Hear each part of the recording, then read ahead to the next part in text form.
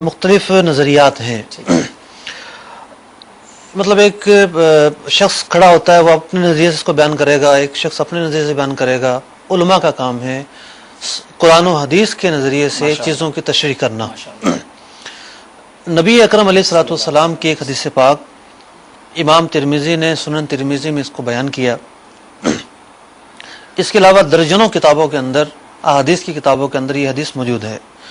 سرکار دو عالم صلی اللہ علیہ وسلم نے ارشاد فرمایا، لا یحل سلف و بیع، ایک سودے کو دوسرے سودے کے ساتھ مشروط کرنا جائز نہیں.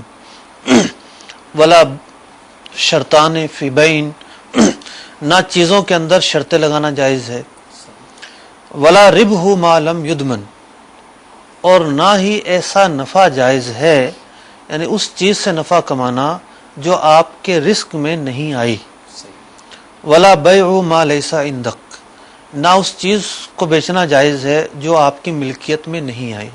یہاں دو ہی سوال تھے، ایک تو وہ خود مالک ہی نہیں بنا بیچنے والا، تو ایسی چیز بیچنا بھی جائز نہیں ہے. اور دوسری بات ہے، جو چیز آپ کے رزق میں نہیں آئی، آپ کے قبضے میں نہیں آئی، ملکیت میں تو آ گئی ہے لیکن آپ نے اس کا قبضہ نہیں لیا ابھی، تو ایسی چیز کو بھی آپ آگے نہیں بیچ سکتے. سرکار دو عالم صلی اللہ علیہ وسلم کی یہ حدیث، نہا رسول اللہ صلی اللہ علیہ وسلم عن ربح ما لم یدمن، جو چیز رزق میں نہیں آئی اس سے نفع نہیں لے سکتے، زمان میں نہیں آئی. اب مصنف ابن ابی شیبہ نے، مصنف عبدالرزاق نے، امام طبرانی نے معجم میں، امام ابو داؤد نے تہذیب میں، ابو حنیفہ، چاروں کے چاروں ائمہ کسی نہ کسی طور پر قبضے کو مشروط سمجھتے ہیں. اگرچہ کہ کہیں کہیں ان کی جو ہے وہ تفصیل مختلف ہے، لیکن مطلقاً قبضہ نہ ہونا یہ کسی امام کا بھی قول نہیں ہے. یعنی فقہائے اسلام کا یہ ایک ایسا مطلب کہ دیا ہوا اصول ہے. اور معاشی طور پر بھی ایک چیز مثال کے طور پر وہ مل سے نکلنے کے بعد براہ راست کنزیومر کے پاس آ جائے تو وہ سستی ملے گی، اور اگر وہ 10-20 ہاتھوں میں گھومنے کے بعد آتی ہے تو بہت مہنگی ملے گی. تو ہمارے شریعت کے اصول ہیں، ان کے اندر بے پناہ حکمتیں پوشیدہ ہیں. اب یہاں دو باتیں ہیں کہ ایک تو یہ بات سمجھنے کی ضرورت ہے کہ جس چیز کو ہم بیچ رہے ہیں، ہم نے خرید لیا، اسے خریدنے کے بعد اس کی کوئی رسید ہمارے پاس آ گئی، جیسے ڈیو آ گیا ہمارے پاس، یا اور کوئی ایسی علامت، کوئی ایسی شناخت ہمارے پاس آ گئی، ٹھیک ہے، یہ ہماری ملکیت کی علامت ہے کہ ہم اس چیز کے مالک ہو گئے ہیں. لیکن کیا وہ چیز ہمارے رزق میں آ گئی ہے، ہمارے زمان میں آ گئی ہے یا نہیں؟ اس کا زمان میں آنا ضروری ہے، ورنہ ایسا نفع ہمارے لیے حلال نہیں ہوگا. یہ آپ نے کئی بار لفظ رزق، ظاہر انگلش کا لفظ رزق آپ استعمال کر رہے ہیں، اور زمان کو آپ کہہ رہے ہیں، تھوڑا سا ڈیفائن کر دیں. آپ نے پہلے بھی ڈیفائن کیا تھا کہ ہمارے زمان میں آنے سے مراد کیا ہے.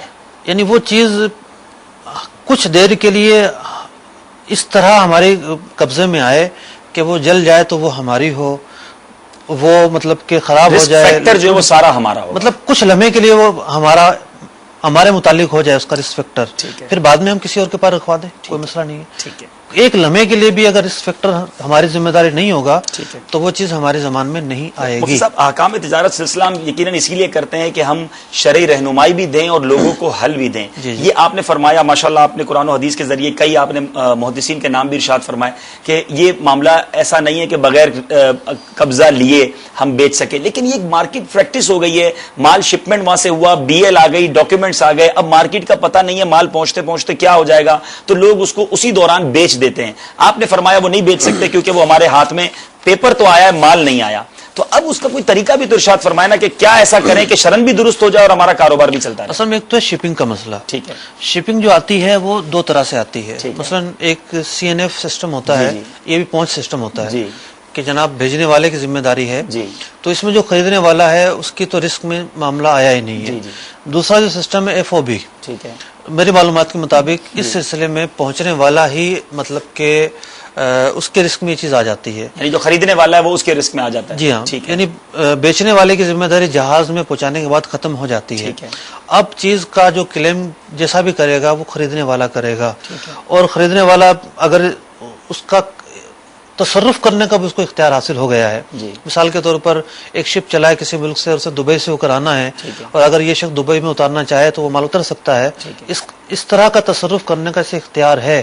تو ایسا مال چونکہ رسک میں آ گیا ہے، زمان میں آ گیا ہے، اس کو تو یہ بیچ سکتا ہے. ٹھیک ہے، ٹھیک ہے. لیکن وہ مال جو اس کے زمان میں نہیں آیا، جس کو اس نے خریدا اسی بیس پر ہے کہ وہ کراچی پورٹ پہ پہنچے گا تو میرا، جی ہاں، پھر اس کے لیے کیا طریقہ ہے؟ جب تک وہ اس کے قبضے میں نہیں آ جاتا ٹھیک ہے. یہ اسے نہیں بیچ سکتا. ٹھیک ہے. ہاں یہ ہو سکتا ہے جی.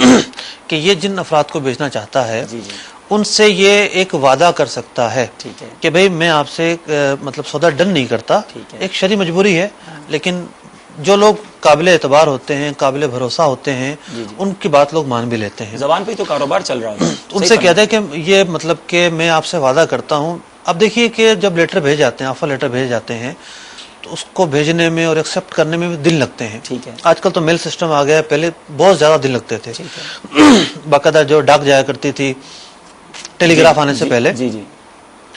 تو اسی طریقے سے یہ وعدہ کر لے کہ ٹھیک ہے جب میرا مال آئے گا تو میں آپ کو ہی دے دوں گا. ٹھیک ہے. پھر جب یہ اس کے قبضے میں آ جائے